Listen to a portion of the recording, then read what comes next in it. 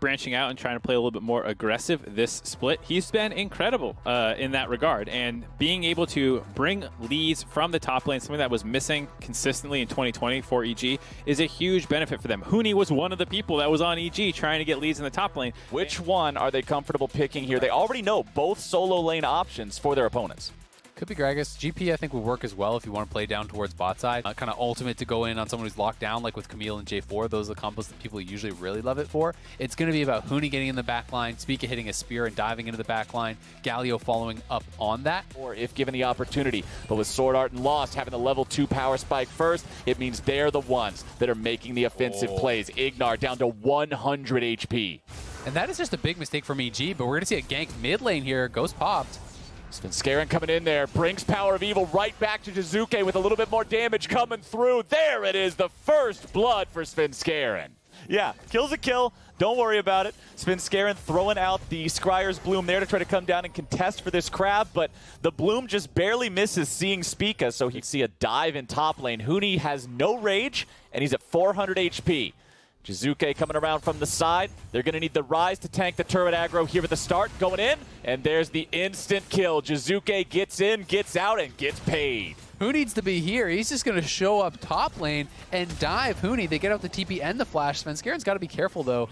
They are down a member here, so you don't want to be messing around with this too much unless Impact's going to change or something. Svenskeren, what is this, man? You're about to be killed off if you ain't any more careful than that. Sword Art down to 300 HP now as well. The heal from Deftly was imperative in keeping the jungler alive. Ignar down to nothing and Lost with the flash to go in and make sure they finish him off. Evil Geniuses lose one in the bottom side, and TSM is on the board. That is just straight up hubris from Svenskeren. Neither one wants to be the one to go in here first, but Rift Herald has been started up by TSM. Huni's keeping the aggro on that one. Another hit onto the eyeball takes it down very low. Smite comes through when the eyeball is secured. TSM have Shelly, and they should be able to disengage this one. Jiizuke still pushing forward, seeing if there's a play to be made, a catch to be found. Definitely finds a little bit of damage on the board with Jiizuke once again paying a visit up to the poor little space Yordle here in the top lane. The way, though. Lands the root, lands the damage. Svenskeren coming in to finish him off. Impact takes the kill. Sword Art has arrived with a heroic entrance, but it is not heroic enough, my friends. Worthwhile. So they don't end up going forward, and the game, as you say, is incredibly even. And even despite the fact that EG have the Dragon advantage, TSM got Herald. And Power of Evil's going in for Jiizuke, looking to grab the kill here with a flash forward into the Q auto, and Power of Evil gets a solo kill on Jiizuke. Well, Sword Art at least knows that something is going on here, and he's coming up to try to protect his teammate as Svenskeren moves around to maybe grab a kill onto the support instead. Lands the onslaught of shadows as Ignar approaches from the side. Goes in for the Magnet Storm to try to keep Sword Art locked down, but Huni's grabbing the kill on Jiizuke. It's a double kill over to Huni. It's TSM turning this sucker right back around with Power of Evil picking up Ignar. Make that one a 3-for-0. Popular as Night Harvester. Yeah, and I mean, okay. My thought here is that it's probably more about the skirmishing. He has it with the Conqueror. It almost feels like a Frozen Fist in Italy. But we can go back into this Sword Art, proccing the Aftershock early here, able to kite back, and Huni coming in, had the Mega charged. The GP ulti was there, but not getting much value as all of TSM collapsed. And really, 4 members moving up here, and Power of Evil is kind of playing bodyguard. Oh, nice engage onto Lost. Svenskeren going in, looking to finish off the kill. Onslaught of Shadows over the wall with the CC down onto the enemy AD carry, and definitely takes him out. Evil Geniuses go in. They throw everything in the kitchen sink at him, and it is enough. Probably going to be about even or even negative if Huni can finish this off. Huni getting caught out a little bit here. Svenskeren coming around from the side, but a very nice Mega Gnar ulti into the wall to stop him. And there it is, Divine Sunderer burst with the enchanted auto attack from the Cougar form Q as Impact tries to get himself away, but the damage coming out of POE shuffles him away just a little bit too soon, and he will stay alive. Evil Genius is still sticking around down here with multiple TSM players in their blue side jungle. Buff ends up going over to Power of Evil, exactly where TSM wanted it. I love how Sword Art is flashing the Misfits Worlds icon, because that can both be a hell yeah, we've got Power of Evil, or hey, Ignar, remember how you guys almost beat SKT. You can either use it to cheer on your own teammate or BM the other guy at the same time. Why can't it be door number 3, where you're just BMing both your teammate and the enemy team? You want to BM your own guy? Spica throws out the spear, instantly causes it to aggro onto the Evil Geniuses lineup. Jiizuke's on the back side of the pit, looking to get involved if he can. Power of Evil eating the damage from a single barrel. Good shot there from Impact. Mega. TSM still looking to maybe compare this one, maybe try to go in for the 50-50. It's the Kaisa of all people who ends up taking the kill. As Huni goes Mega, Ignar goes in. Follow-up coming out from Evil Geniuses with the AoE damage coming down. Power of Evil taking the kill on the enemy jungler here right at the very start, making it 1-for-1, 1-for-2. TSM's coming in with a double kill for the Emperor. Oh, baby, it's TSM! A quadra kill for Power of Evil. The ace for TSM. EG go for the engage, but they're not able to finish off any of the critical carries here for TSM. We watch the replay on the Bud Light ace here. In goes Ignar. He finds the angle as they're exiting out, catching 3 members there, but Lost was not touched, Power of Evil was not touched, and then look at Power of Evil scooting back into the rest of his team, drops his Azir ultimate, and definitely can't really cross through. He's pretty long into the fight, but still did not have his passive fully. Will look to break this inhibitor line. Couple of auto attacks into that tier 3 turret, bringing it down to almost half HP. There it goes. Just about finished off, and there it is. TSM into the enemy base now. Inhibitor under fire. Svenskeren looking for an angle, an opportunity to go in. Huni has taken the mid lane tier 3 in the meantime, and Evil Geniuses are just being pulled back and forth, and they cannot find any solid ground to stand on.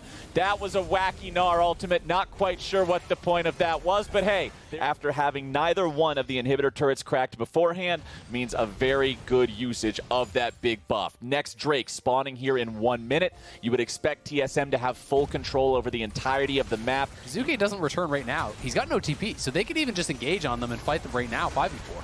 Speak of the devil, and he shall appear. TSM going in, looking to make the plays right now as you got Svenskeren into the back line. Going to be kept alive here with the Spirit of Dread. Speaker grabbing the kill onto Ignar as TSM lose their mid laner. Definitely's the target. Lost is going in. Definitely spinning around in a circle. Stopwatch keeping Lost alive. Definitely still surviving here with about 1/3 HP, but it is a 2-for-1 in the favor of TSM. They will take the fight, they will take the inhibitor, and they're looking to take the Nexus turret. Spica goes in, and Divine sunders Jiizuke out of Summoner's Rift. Impact's now your target with TSM picking up another one. It's definitely against the world. It might be pre-nerf Samira, but I don't think even that champion's able to outplay this one in a 1v4. He'll look for the chance to go in. He's got the style meter ready to go, but the CC is applied and definitely died. Now TSM is marching straight for the end of the game. The Nexus will be the target. Svenskeren's coming out trying to make some sort of a last stand. He shuts down the enemy AD carry, but with only Ignar remaining, we call it GG.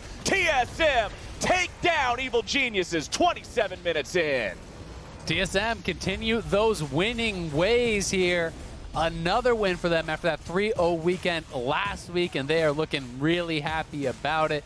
Taking down EG, looking very good in the process. It was a lot of pressure up towards that top lane that Huni had to withstand. It felt like EG had a way in through that top lane, but TSM able to have members up there to answer, and that one fight over in TSM's blue jungle really did feel like it swung things. You know, Huni went from being down 20 CS. Welcome back to the LCS, everyone. I am so excited to have TSM head coach Bjergsen here for our Verizon post-game interview. Man, we have you on the broadcast. First things, talk to me about your transition going from playing the game on the daily to now as a coach, probably struggling to find some time to play the game yourself. It's been really fun, but also pretty challenging.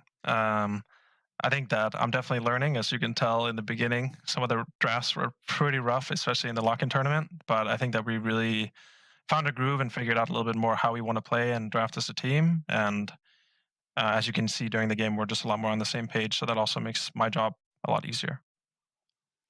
Yep. Big changes we are seeing in the results too for TSM in these recent performances. A 4-0 now after these games. After working with the team, what do you feel is the biggest difference maker and area of improvement that has allowed TSM to turn over this new clean leaf?